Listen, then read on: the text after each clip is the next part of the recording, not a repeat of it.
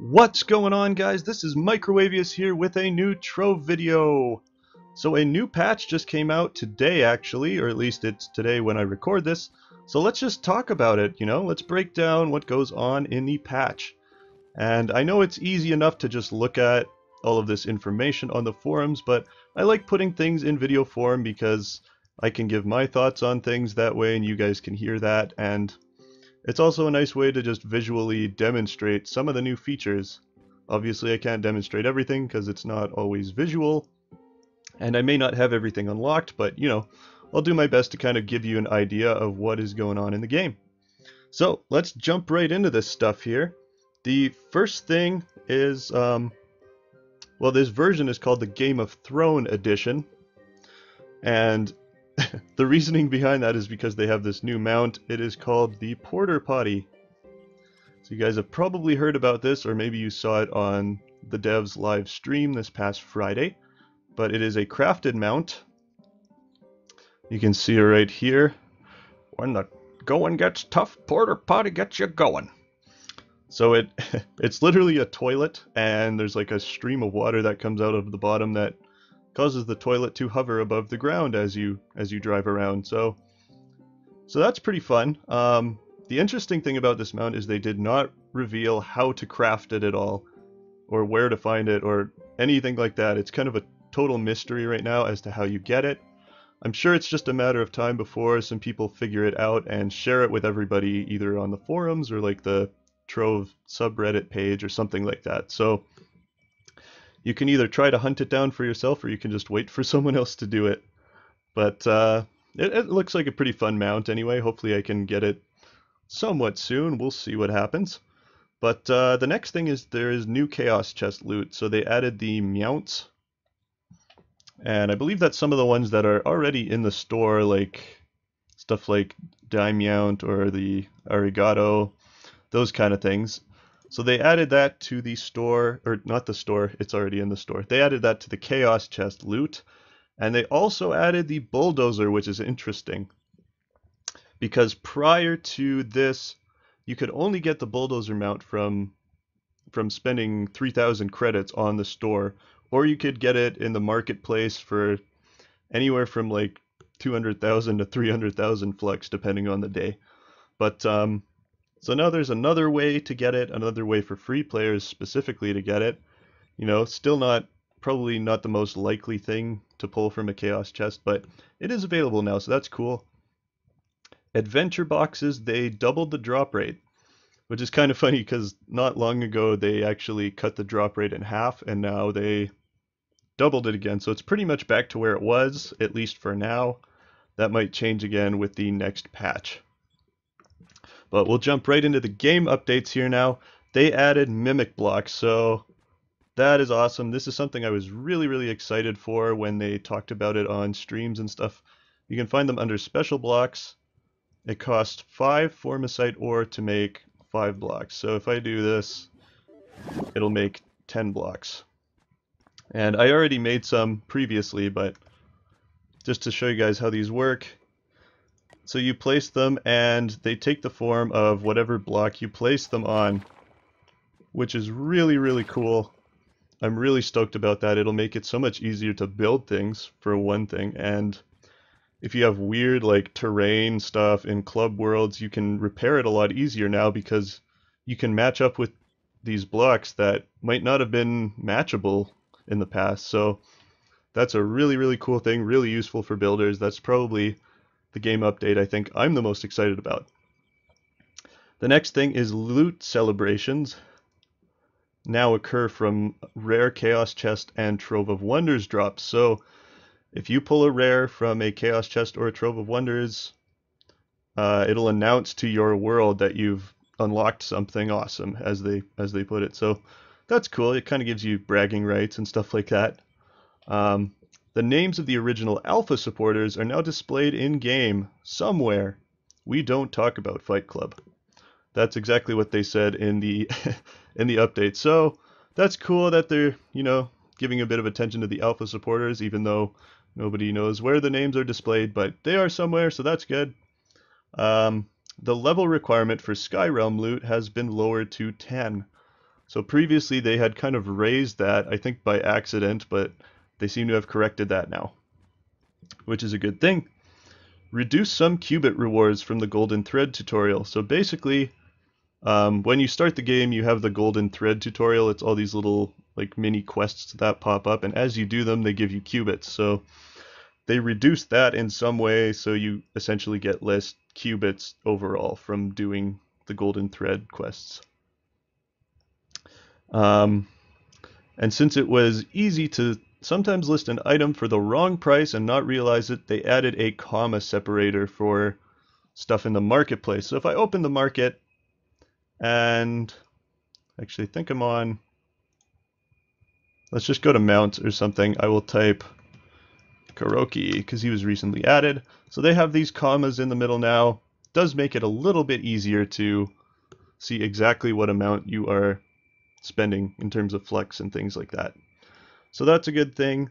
The jump stat now represents the total number of jumps instead of the number of air jumps. So basically they just made it more accurate to know how many jumps you had. So even off the ground would count as one jump kind of thing. It no longer starts counting once you get into the air. So that's cool as well. Slow Sebastian is now slightly slower because he has a Charlie horse. Poor guy, he's just getting slower all the time. What did they bring him down to now? 65 speed, so he is definitely a slow mount. He's just getting old. Soon they'll have to call him like Old Sebastian or something, I don't know. Poor guy. The Vials tab under Collections, Flasks, has been renamed to Flasks. So if you go to, I don't even know where I'm looking here. Oh yeah, so it is called Flasks now. I think this used to be called Vials previously, but now they just made it match up with all of the actual flasks. So that's a nice thing to have too, just makes it a little less confusing. Capture the flag battle arenas. The flag can now be returned by players who are carrying their opponent's flag. So even if you're carrying the enemy flag back to your base or something like that, and you run into a guy that has your flag and he's trying to take it to his base, you can take him out and you can return the flag yourself, even when you're holding the flag. That's cool to have. Definitely. Added unit price for items listed on the buy tab in the marketplace.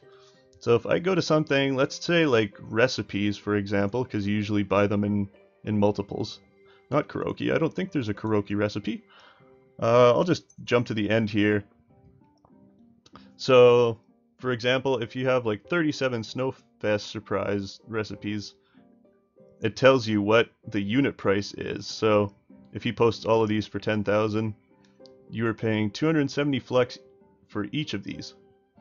This is actually a really nice feature for the marketplace and makes it easier to figure out just how much you're spending rather than having to, pull out the old calculator and run some numbers.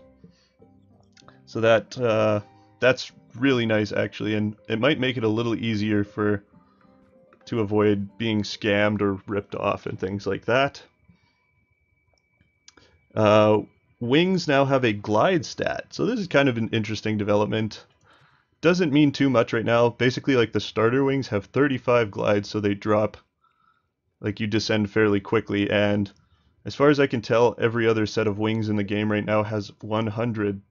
So maybe they'll add more variation to this one day, like they might have wings that glide better than other wings, aside from just these starter ones which aren't that great. But for now, there's not too much of a difference. Once you get past that first set of wings, everything else is the same. And they haven't put anything like this on dragons yet, so dragons do not have a glide stat. Maybe that'll come later, I don't know. We can always hope. But yeah, so wings given through mastery are now under the mastery heading in the collection setting, or collection wings window. So actually I'm open on it right now. So you can see that those are listed under mastery, which is cool. And the last thing here for game updates, in the character sheet When switching to Mastery or Battle Level tabs, it will auto-scroll to your current progress. So if I go to my Mastery, it takes me right to where I am, because I'm at 286 right now, so almost at that 300. That's pretty exciting. But it's nice that it doesn't start me all the way at the beginning and then I have to scroll to the bottom.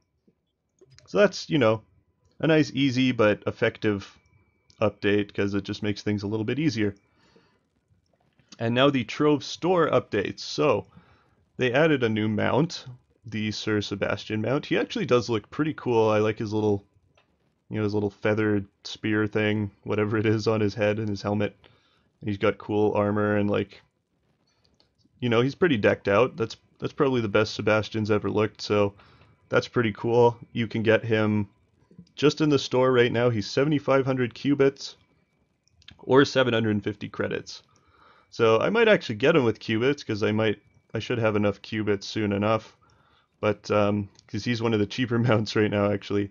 As you can see, which is the next thing I'm getting to here for updates, they adjusted qubit prices in the store to 10 times the number of credits. So if this guy is 1,625 credits, it is now 16,250 qubits to get him. So they've gotten quite a bit more expensive, but that's just kind of how it is. It seems to be part of this series of updates that they're doing right now to change how things work in the store and try to get more monetary support from players. So there's some kind of questionable things going on that I'm concerned will have negative effects on the community, but we will see what happens, and I don't want to jump to any conclusions yet, but I know they're going to do things like make classes unobtainable by qubits, so you can only get them with money or by purchasing class coins and things like that. But like I said, we'll see what happens with that. I don't want to, you know, say anything yet until they've actually started to implement more of these changes. But for now, the qubit cost of classes remains the same, so stock up now. That's what they said on the updates here. So obviously they are planning to change things pretty soon. So if you do have qubits to get classes, I would recommend doing that. You know, find one that you want, do a little research, and get that class. Sorry for coughing, my throat is a little bit dry, just because I'm talking so much. But the last thing in the Trove store is some emblems have had their price increased to unify pricing. So essentially any of the emblems in the store that were cheaper, they raised them up to the same cost as the other ones. So everything is the same cost now as far as emblems go. Which, if we want to be specific about it, I think that, note that is not under goods, that's under flasks. That makes them all either 1,000 credits or 10,000 qubits. So they've all been kind of evened out to that same level. And then they did a couple bug fixes here. They took away some more black rectangles. They seem to run into a lot of those, and they're constantly removing them in various updates, but this time they removed them from the Chloromancer's Evergreen Evoker costume.